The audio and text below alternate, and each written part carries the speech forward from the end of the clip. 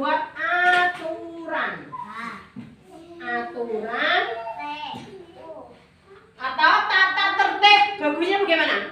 Tata tertib. Tulisan tata tertib bagaimana? Tata tertib. Tata tertib kelas. Berarti ini berlaku di dalam kelas. Nah, yang pertama ya siapa pintar? Yang pertama apa? Tidak boleh apa? Tidak boleh. Apa? Apa tadi? Oh, tidak boleh lari di kelas. Setuju yang lain? Setuju. Aira bilang tidak boleh lari di kelas. Setuju? Setuju. Semua setuju? Setuju.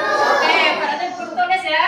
Tidak boleh, tidak boleh Lari di kelas. lari Kelas. di kelas. Nah, yang pertama, yang kedua, Lompat. apalagi? Lompat. Nah, lompat. Siapa setuju? Tidak boleh lompat dari meja. Saya. Semua setuju? Setuju. Coba yang setuju angkat tangan. Setuju. Lutfi setuju tidak? Ya, tidak boleh. Yang kedua, tidak boleh lompat dari meja. Lompat dari meja. Berarti naik meja boleh nggak? Nah, berarti kakak nggak boleh. Siapa lagi pintar? Ayo.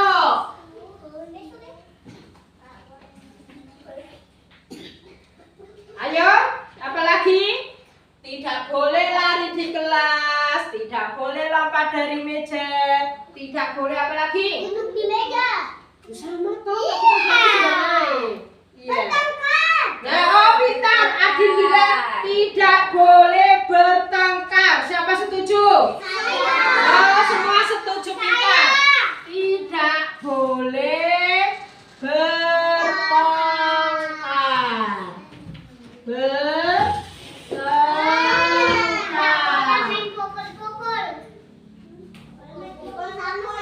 Tidak boleh apa? Apa tadi?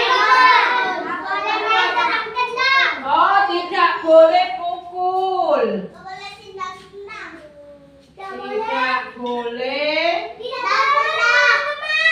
tendang. Terus apa lagi? Tidak boleh. Oh ya, marah-marah. Marah-marah.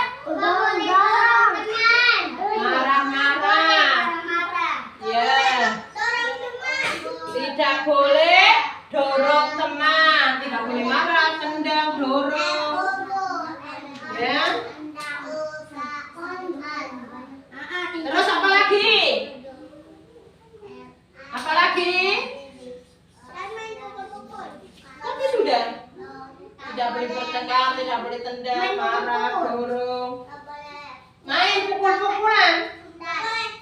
Oh ya, tidak boleh main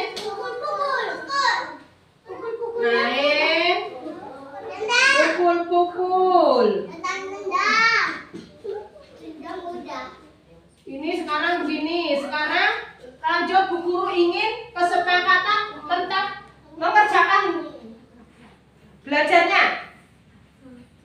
Bagaimana? Bu Guru punya usul mengerjakan harus selesai atau mengerjakan dengan tepat waktu. Setuju tidak? Lutfi, itu kalau begini kata orang Jawa itu berdoa orang tuanya meninggal. Makanya kepala nggak boleh begitu kan? Nggak boleh toh? Iya. Tapi jangan begitu, ya. Tidak boleh pukul-pukul. Siapa yang setuju lagi? Mengerjakan dengan tepat waktu. Setuju?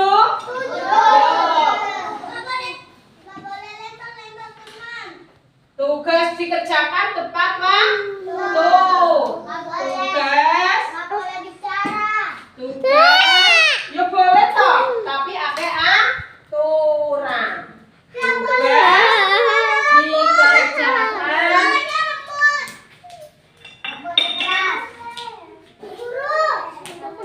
tepat waktu. Ya. Bersuara lembut gitu. Oh, berarti tidak boleh teriak. Sebelumnya, bismillahirrahmanirrahim. Assalamualaikum warahmatullahi wabarakatuh.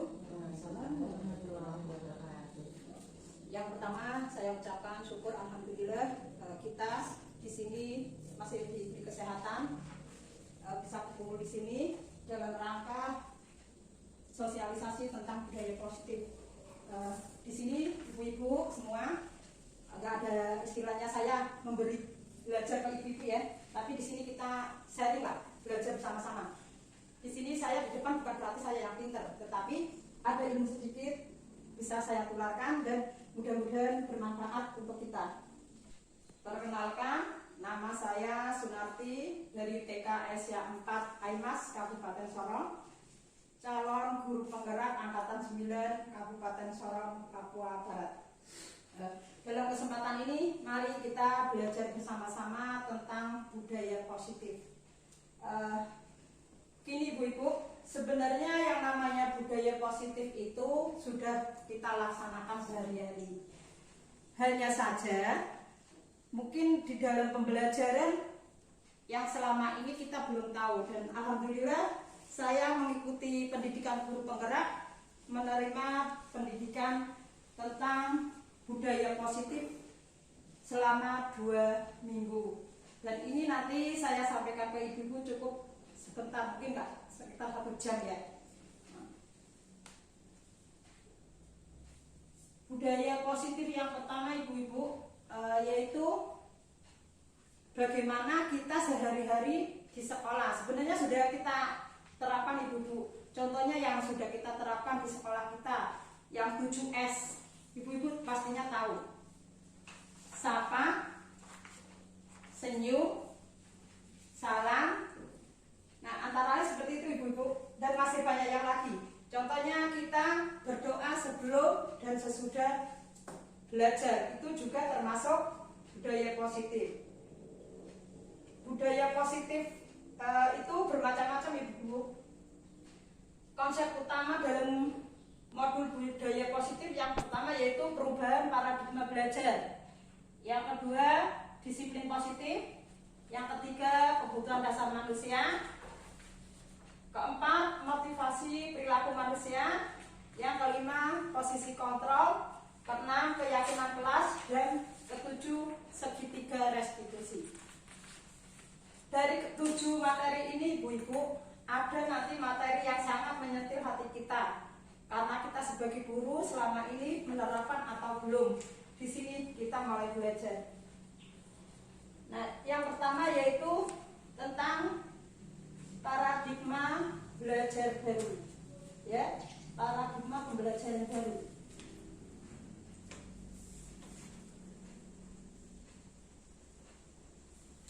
Pembelajaran dengan paradigma baru yaitu dilakukan dengan prinsip pembelajaran yang berdiferensiasi. Pembelajaran berdiferensiasi ini sesuai dengan filosofinya Ki Hajar Dewantara, di mana sekolah ini diibaratkan sebagai ladang pertanian dan gurunya itu sebagai petaninya. Jadi petani di sini bertugas menjaga tanaman. Nah, tanamannya itu siapa? Anak didik kita. Anak didik kita itu dalam filosofi Ki Hajar Dewantara diibaratkan sebagai benih. Jadi benih itu bisa tumbuh bagus dan tidaknya itu pastinya ada banyak pengaruh dari ladang yang ditempati dan juga perawatan dari Pak Tani. Contohnya sekarang ibu-ibu, kalau petani itu menanam padi, padi itu membutuhkan pupuk yang untuk daun. Tetapi karena petaninya kurang cermat, kurang menghayati, kurang memahami kebutuhan si tanaman, dikasih pupuk untuk buah, kira-kira bagaimana Bu Guru?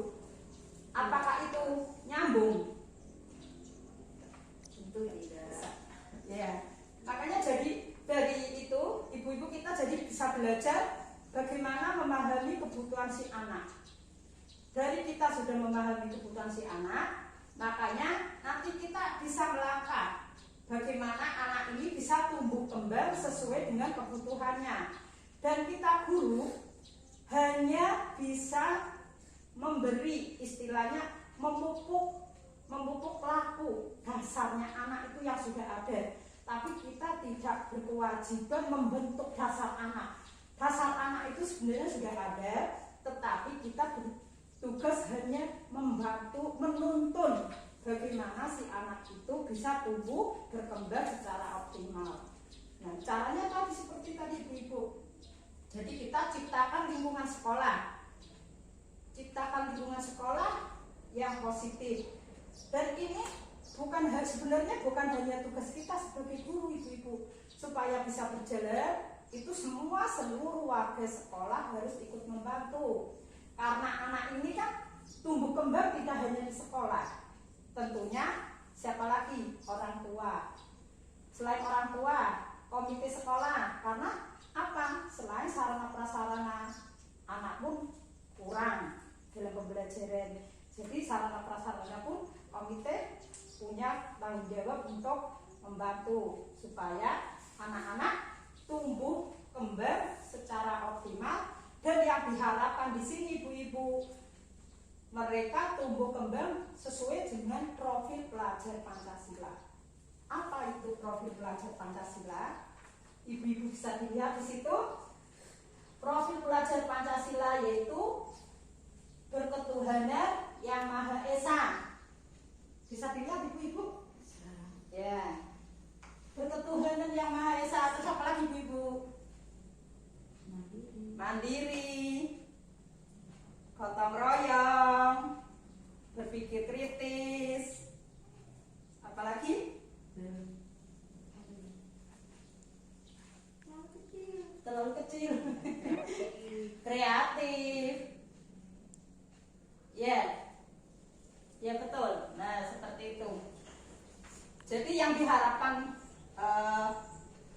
kita sebagai guru yaitu mencetak anak-anak sesuai dengan profil pelajar Pancasila. Seperti yang tadi saya sudah sampaikan, bahwa kita hanya membantu tumbuh kembang, menuntun lakunya anak, tidak berhak, tidak punya untuk membentuk dasarnya, tapi kita hanya membantu. Contohnya, kita tanya anak-anak, cita-cita mau jadi apa? Ya tidak di kelas. Pasti ibu-ibu sering begitu. Contohnya jadi apa ibu-ibu? Polisi, tentara. Nah itu yang diharapkan seperti itu. Anak-anak bisa jadi polisi, jadi tentara. Yang diharapkan di sini ibu-ibu sesuai dengan profil pelajar Pancasila yaitu jadi nanti jadi polisi, ya yang punya ketuhanan, yang punya kegotong royongan, berpikir kritis. Jadi tetap di koridor profil pelajar Pancasila. Tentunya itu harapan utama ibu-ibu semua ya. Itu harapan utama kita. Pasti yang pertama yaitu berketuhanan. Sampai di sini kira-kira bagaimana ibu-ibu? Mengerti? Bisa. Ya, mengerti ya.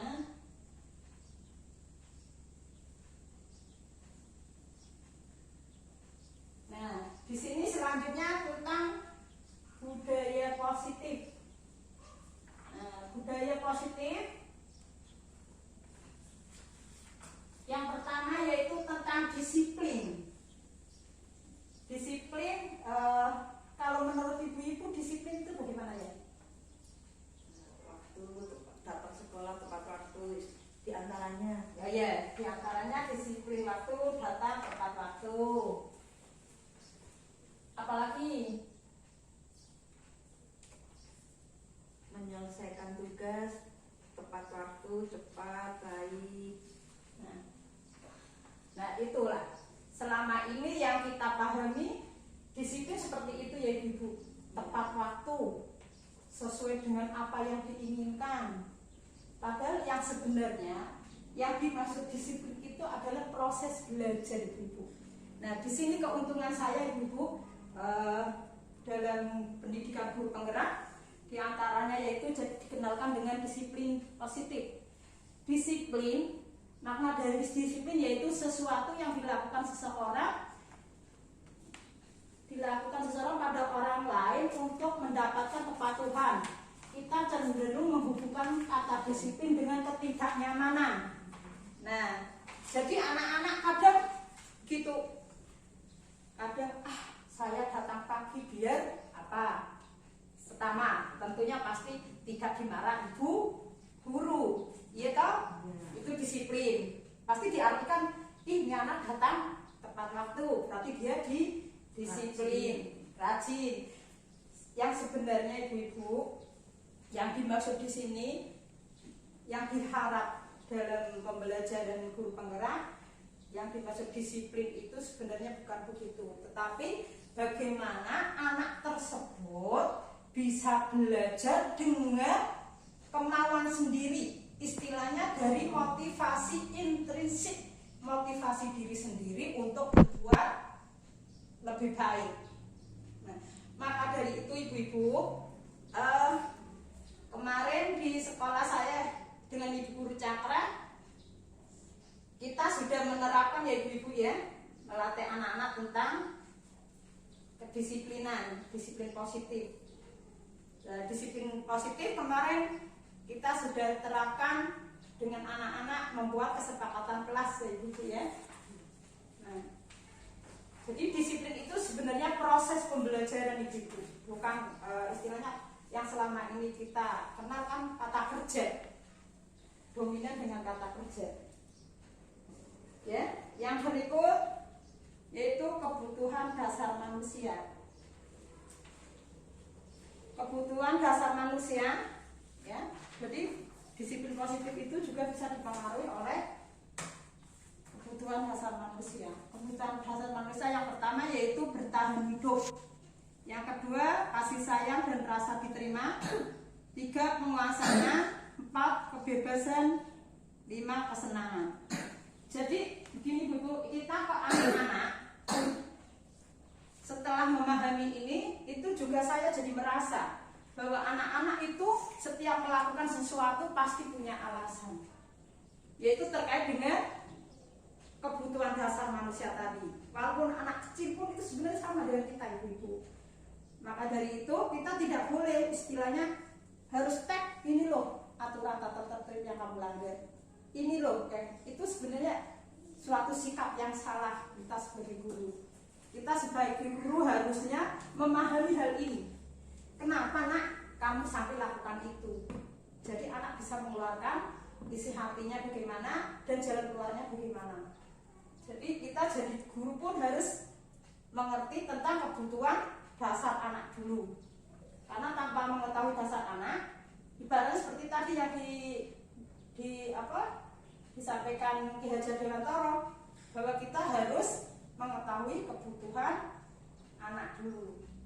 Karena kalau pembelajaran tidak sesuai kebutuhan anak, tentunya pembelajaran itu tidak sampai. Contohnya mau belajar karena apa? Nanti dimarah guru. Itu boleh tidak? Sebenarnya tidak boleh, karena anak hanya mau belajar karena rasa takut. Nanti lihat gurunya takut lagi. Itu tidak boleh. Ya, selanjutnya yaitu motivasi perilaku manusia, yaitu dorongan yang timbul pada diri seseorang secara sadar atau tidak sadar untuk melakukan suatu tindakan dengan tujuan tertentu. Antara lain yaitu tujuannya menghindari ketidaknyamanan dan hukuman. 2, untuk mendapatkan imbalan atau penghargaan dari orang lain. 3, untuk menjadi orang yang mereka inginkan dan menghargai diri sendiri dan nilai-nilai yang mereka percaya. Nah, ini ibu-ibu tentang motivasi perilaku manusia. Biasa itu ini bukan saya ngomong ibu-ibu semua. Saya juga mengalami hal seperti ini. Jadi, misal ada anak yang menghindari dari kegiatan yang kita kasih, kita beri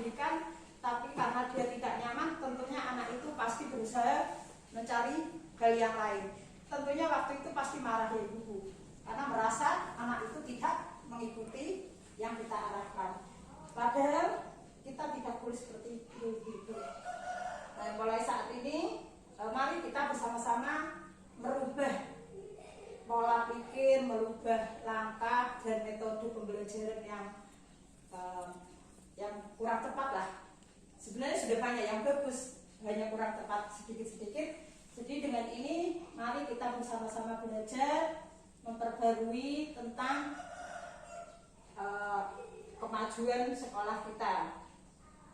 Nah, motivasi ini juga ibu-ibu, ini motivasi ini sebaiknya kita ciptakan motivasi belajar itu yang berasal dari anak didik kita. Jadi jangan semuanya itu kita yang karena dari kita. Jadi kita ibaratnya lebih bersahabat dengan anak. Karena bagaimana kalau kita sudah dekat dengan anak, tentunya anak itu mau kita ajak kemana yang kita mau. Tetapi tugas kita yaitu ibu harus selalu mengasah metode-metode yang kita pelajari dan kemajuan-kemajuan istilahnya ilmu-ilmu baru. Karena kita menghadapi anak sekarang tidak seperti zaman kita ibu. Zaman kita dulu Pak Guru, Bu Guru ngomong apa tek selesai. Kalau sekarang tidak boleh ibu. Kita harus memperhatikan dan memberi ruang kepada anak itu untuk berpendapat, untuk menyampaikan istilahnya pendapatnya, menyampaikan pertanyaan apa. Kita tidak boleh istilah membatasi.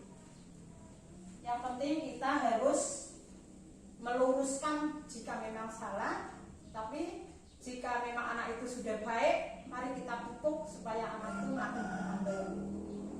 Ya. Yang selanjutnya yaitu konsep disiplin dengan identitas yang gagal. Yang pertama yaitu hukuman, yang kedua penghargaan. Ya. Yang hukuman biasanya itu menyakiti, ya tidak ibu. Mungkin gurunya puas, kamu dari tadi nggak kerja bikin apa? Gurunya puas, sudah meluapkan emosinya. Tapi di sisi lain ibu-ibu, ada anak yang tersakiti, ada hak anak yang tertindas, istilahnya seperti itu. Jadi menyakiti, tidak nyaman, murid menjadi takut, ya, memaksa tidak ibu, paksa karena memang dunianya anak mau bermain, paksa harus menulis, itu pastinya sangat memaksa sekali dan itu secara tidak langsung melanggar hak anak ibu. Secara tidak langsung melanggar hak anak. Jadi dengan hukuman nanti malah murid itu istilahnya tidak semakin memperbaiki lakunya, tapi malah makin membuat alasan lain seperti itu. Jadi dengan hukuman itu akan bisa anak malah pintar menyembunyikan kesalahan karena dia takut kalau terus terang. Jadi kita tidak boleh seperti itu ibu. Dan murid juga akan menjadi rendah diri karena biasa kita sebagai guru, kamu ini begini. Nah itu secara tidak langsung sudah merendahkan. Nah, yang kedua yaitu penghargaan. Penghargaan ini juga tidak efektif sebenarnya ibu. Kalau penghargaan itu secara berlebihan, karena ada penghargaan yang berlebihan kepada anak, nanti anak itu juga akhirnya menimbulkan motivasi belajar yang tidak dari diri sendiri, karena hanya ingin mendapat imbalan dari ibu guru. Juga bisa merusak hubungan. Contohnya teman yang lain, murid yang lain, dia saja begini dapat, saya enggak. Itu juga tidak baik. Terus akhirnya apa? Mematikan kreativitas. Karena dia hanya satu tujuan, mengharap penghargaan. Tapi kalau kreativitas dikembangkan sebenarnya kan bukan hanya itu yang dimau kita sebagai guru. Dan menghukum dengan sistem ranking itu sebenarnya nggak boleh ibu. Sebenarnya anak-anak semua sama-sama mempunyai potensi. Tidak ada anak zaman sekarang apalagi. Anak sekarang nggak ada anak bodoh. Semua dari perut sudah dikasih vitamin yang luar biasa, ya. Dan merampas hak atau menghargai diri.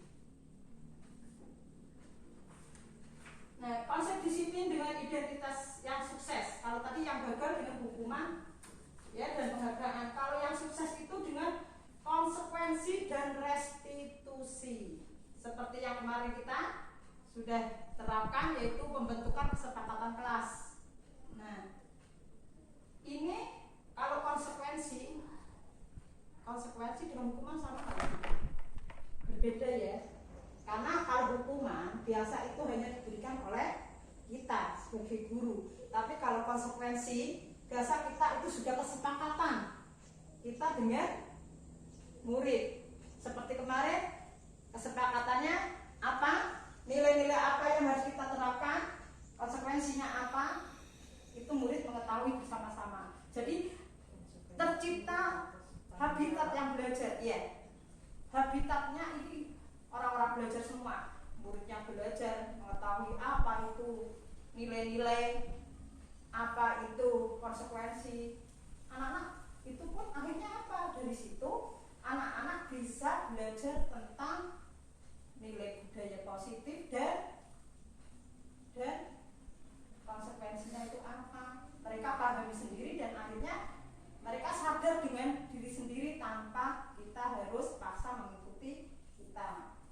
Ya, konsekuensi yaitu tadi penguatan jangka pendek, perlu monitoring berkelanjutan, stimulus respon, murid menghormati peraturan, kehilangan waktu untuk mengurangi kesalahan. Jadi anak-anak nanti mau berbuat apa sudah ingat. Oh iya, kemarin sepakatannya begini, konsekuensinya begini, seperti itu. Jadi kita nggak selalu mengingatkan terus. Yang berikutnya yaitu restitusi. Murid bertanggung jawab atas perilakunya. Yang kedua, fokus pada pemecahan masalah jangka panjang. Ketiga, murid menghormati dirinya dan orang lain.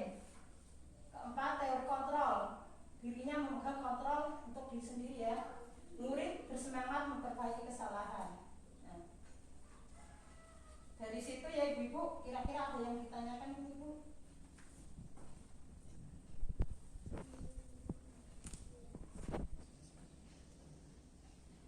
Stimulus respon mohon di stimulus kayak apa ya, diberikan Stimulus respon. Terus, nah ini di sini Bu Guru mengajari anak-anak untuk berdiskusi, mewujudkan contohnya yang kemarin saya terapkan di sini yaitu mewujudkan nilai-nilai positif, ya, nilai positif. Jadi Bu Guru hanya memberi istilah pertanyaan pemantik, tapi nanti anak-anak yang mengeluarkan kalimat-kalimatnya sendiri, dan itu betul-betul dari hati ibu yang seperti itu ya. Nah di sini tentang restitusi ya Bu.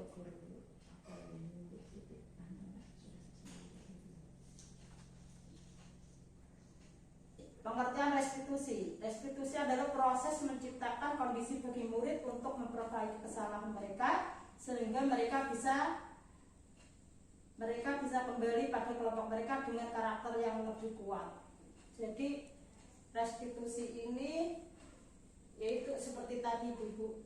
Jadi kita mendapatkan anak yang melakukan yang kita anggap salah, itu tidak boleh kita langsung memvonis bahwa anak itu bersalah. Tetapi bagaimana caranya kita menyelesaikan masalah itu tanpa masalah istilahnya. Jadi anak itu memahami kesalahannya sendiri dan berusaha untuk memperbaiki, tapi tanpa merasa disalahkan, seperti itu. Ini istilahnya nanti ujung-ujungnya untuk pembentukan karakter, Bu. Jadi untuk memperbaiki karakter anak. Ya, dan ciri-ciri restitusi seperti ini, Bu. Bukan menebus kesalahan, namun belajar dari kesalahan. Jadi anak-anak tahu di mana salahnya, besok saya tidak seperti itu. Ya, terus memperbaiki hubungan. Jadi dia lebih terbuka dengan kita sebagai guru, masalahnya apa, dia berani menyampaikan. Karena kalau anak sudah sembunyi dengan kita, berarti kita gagal, Ibu. Karena pasti dia punya rencana lain di belakang yang kita tidak tahu. Karena apa? Bisa anak menyelesaikan masalah yang mereka lakukan dengan mereka sendiri, caranya sendiri, dan itu tidak baik di lingkungan belajar. Makanya kita sebagai guru harus memperbaiki hubungan dengan anak didik. Tawaran bukan paksaan. Jadi kita menawarkan ke anak bagaimana langkah selanjutnya untuk memperbaiki kesalahan itu. Dan anak itu menentukan sendiri, bukan kita yang memberi. Misal seperti kemarin ibu-ibu Bu Cakra yang kemarin ditangani, ya Bu Cakra mendapatkan si Azam dengan siapa? Fadli. Azam dengan Fadli tabrakan sampai keluar darah. Nah itu kan padahal baru pagi bikin ini. Nah itu alangkah baiknya tuh seperti itu. Jadi anak-anak menyadari siapa yang melanggar kesepakatan. Jadi anak dengan sadar bahwa dia melakukan kesalahan dan untuk tidak mengulangi lagi. Ya. Selanjutnya mencari kebutuhan dasar yang mendasari tindakan. Fokus pada karakter bukan tindakan, menguatkan dan fokus pada solusi. Jadi restitusi itu tujuannya mencari solusi kebaikan budaya positif tadi. Nah, di sini ibu-ibu setelah kita pahami tadi ada hukuman, konsekuensi, restitusi. Nah, kita sekarang bisa belajar bagaimana perbedaannya. Ya. Contohnya di sini ibu-ibu, saya mempunyai contoh seperti ini. Kasusnya siswa yang sering tidak mengerjakan tugas. Guru menghukum siswa hormat bendera selama 10 menit. Yang kedua, guru marah dan murid menjadi takut. Konsekuensinya, guru memberi konsekuensi untuk mengerjakan PR-nya saat istirahat atau dikerjakan sebanyak berkali-kali lipat. Guru tegas dan siswa menghormati peraturan. Restitusi, guru menanyakan keyakinan kelas dirinya dan membantu siswa menyelesaikan masalahnya. Guru terbuka dan siswa menghormati dirinya dan orang lain. Jadi perbedaannya begini Bu, kalau hukuman itu tentunya hanya menyakiti satu sisi pihak. Tentunya yang di sini yang dikorbankan anak murid. Konsekuensi menurut ibu itu kalau sebelum mengikuti guru penggerak juga saya melakukan seperti itu. Seolah-olah konsekuensi itu sudah yang terbaik karena hanya memberi pelajaran. Misal suruh menulis, saya tidak mengulangi sampai 1 halaman penuh. Itu menurut saya dulu juga begitu. Seolah-olah tidak memberi apa istilahnya, Memberi rasa jerah. iya seperti itu. Padahal itu kurang efektif. Yang paling efektif yaitu restitusi, karena guru menanyakan keyakinan kelas, kesepakatan apa yang telah kami langgar, ya, dan membantu siswa untuk menyelesaikan masalah tadi. Jadi siswa pun bisa memberi pendapat atau mengeluarkan pendapatnya. Karena saya melakukan seperti ini, jadi saya istilahnya bahasa kasarnya itu menebus dosanya gitu ya. Pakai yang berjalan seperti ini, seperti itu. Jadi akhirnya guru dan anak murid itu terbuka, sama-sama terbuka memberi ruang. Nah disitulah terjalin hubungan yang saling menghormati. Ya, jadi murid menghormati kita, kita pun menunjukkan rasa hormat saya kepada anak. Nah, yang selanjutnya yaitu posisi kontrol, restitusi. Posisi kontrol yaitu yang pertama yaitu menghukum, membuat merasa bersalah, teman, pemantau, dan yang kelima yaitu manajer. Dari 5 posisi kontrol ini ibu-ibu, kalau kita sebagai penghukum tentunya kita yang enak, murid yang tersakiti. Membuat rasa bersalah, akhirnya murid menjadi minder dengan kita, ya. Menjadi teman berarti salah tidak salah tetap dianggap benar. Akhirnya tidak baik. Pemantau itu hanya ngawas-ngawasi saja. Kamu begini. Nah, itu juga kurang tepat. Nah, yang baik setelah saya belajar di sini di guru penggerak, bahwa kita sebagai guru sebaiknya menempatkan kita sebagai manajer. Manajer di sini dalam artian bahwa kita memberi ruang kepada anak murid menjadi pemimpin diri sendiri. Ya ibu-ibu ya, jadi posisi paling bagus di sini kita sebagai guru menempatkan diri sebagai manajer. Karena ingat bahwa tugas kita hanya menonton laku anak. Itu supaya anak bisa menjadi pemimpin diri sendiri. Jadi kalau orang sudah jadi pemimpin diri sendiri, ibu-ibu tidak perlu ada si A, ada si B, saya begini, tidak.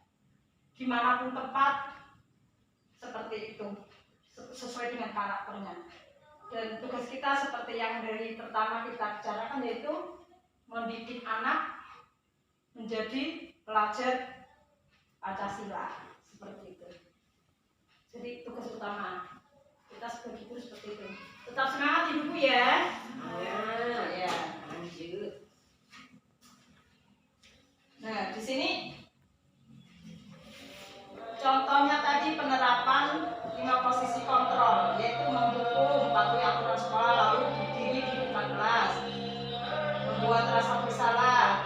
Berapa kali guru harus memberitahu kamu, guru kecewa sama kamu. Itu sebenarnya nggak bisa, karena nanti secara psikolog anak itu langsung down di hadapan kita. Teman, ayo yang tertib. Guru bangga sekali, ini tidak apa-apa, kamu salah. Nah itu artinya apa ibu kalau gitu? Nanti anak tidak apa-apa, guru kok nggak marah, guru nggak marah, guru baik, iya betul, anak-anak seperti itu. Selanjutnya pemantau. Kalau pemantau, kamu sudah melanggar apa peraturan dan konsekuensinya? Hanya memberi mengetahui kesalahannya, tapi tidak mencari solusi. Kalau manajer, apakah kamu tahu kesalahanmu? Kira-kira bagaimana kamu akan memperbaiki kesalahan itu? Nah, jadi anak-anak paham bahwa saya salah dan saya tidak akan ulangi selanjutnya melakukan yang baiknya. Nah, sekarang menginjak tentang keyakinan kelas. Mengapa ya Bu-Ibu kok disebut keyakinan kelas, bukan peraturan kelas? Contohnya begini Ibu, kalau peraturan, contohnya mengapa orang naik motor harus pakai helm? Contoh yang gampangnya, kalau di sini kan kayaknya kalau masalah helm itu masih itu ya, jadi mengapa kita mempunyai peraturan tentang menggunakan helm pada saat mengendarai kendaraan roda 2 ya? Ya, mengapa kita memiliki peraturan tentang menggunakan masker dan mencuci tangan setiap saat? Jadi di sini kalau peraturan itu orang pemahamannya hanya takut karena ada, misal saya pakai helm karena di lampu merah ada polisi, ada sweeping. Tapi kalau dengan keyakinan bahwa saya pakai helm ini supaya saya keselamatan,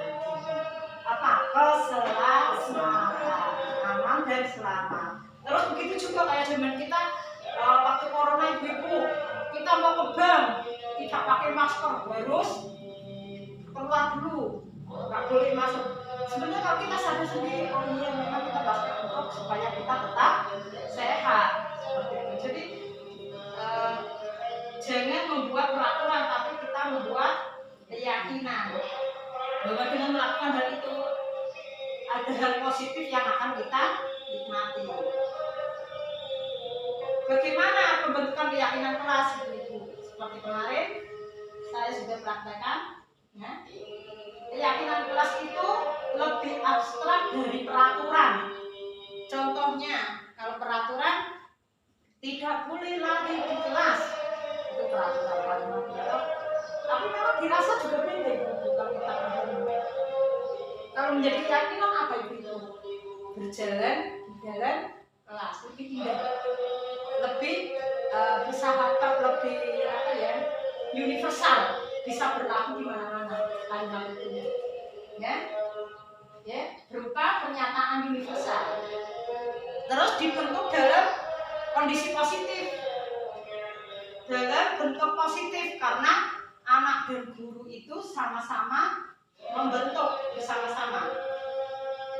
Dan sebaiknya kesepakatan kelas ini tidak terlalu panjang dan lebar, cukup sedikit tapi yang mudah diingat oleh anak-anak. Terus dibuatnya ini juga sesuai dengan kondisi anak. Kalau peraturan kan kadang tidak, karena anak kadang sudah menjadi kebiasaan di situ tertulis, kadang tidak perlu. Ya. Dan saat membentuk kesepakatan kelas ini, semua warga sekolah harus terlibat, karena kesepakatan ini berlaku untuk seluruh warga sekolah. Nah, selanjutnya yaitu tentang segitiga restitusi. Restitusi adalah proses menciptakan kondisi bagi murid untuk memperbaiki kesalahan mereka sehingga mereka bisa kembali pada kelompok mereka dengan karakter yang kuat. Ini teori dari Kosen tahun 2004. Restitusi bukan untuk menebus kesalahan. Restitusi adalah sebuah tawaran dan bukan paksaan. Restitusi fokus pada solusi dan dapat mengembalikan murid yang berbuat salah pada kelompoknya. Nah, segitiga restitusi berikut. Segitiga restitusi ini yang pertama yaitu menstabilkan identitas, yaitu kita tidak boleh menyalahkan anak. Jadi kita tanya untuk mengapa, kamu tadi apa yang kamu kerjakan, mengapa, seperti itu. Validasi tindakan yang salah, mengapa kamu lakukan itu, seperti itu. Jadi istilahnya anak berani menyampaikan alasannya ibu-ibu. Misal kadang kayak kemarin ibu-ibu muridnya Ibu Cakra, siapa namanya? Si Adam keluar ke sana. Saya lihat kenapa dia lari di belakang. Saya tanya, ada kenapa di situ? Ada bilangnya apa? Ibu Cakra izinnya pipis ke kamar mandi, padahal dia lari sana. Saya tanya, kenapa Adam sampai di belakang sana, sedangkan kamar mandi di sana? Akhirnya dia senyum-senyum berani menyampaikan bahwa saya kepingin lihat-lihat saja. Nggak lama kok saya ingin lihat saja, adalah seperti itu. Cuma kita menghadapi anak TK itu keunikan yang sangat luar biasa. Tetapi kalau kita salah melangkah itu tertanam di diri anak itu bisa sampai dewasa begitu.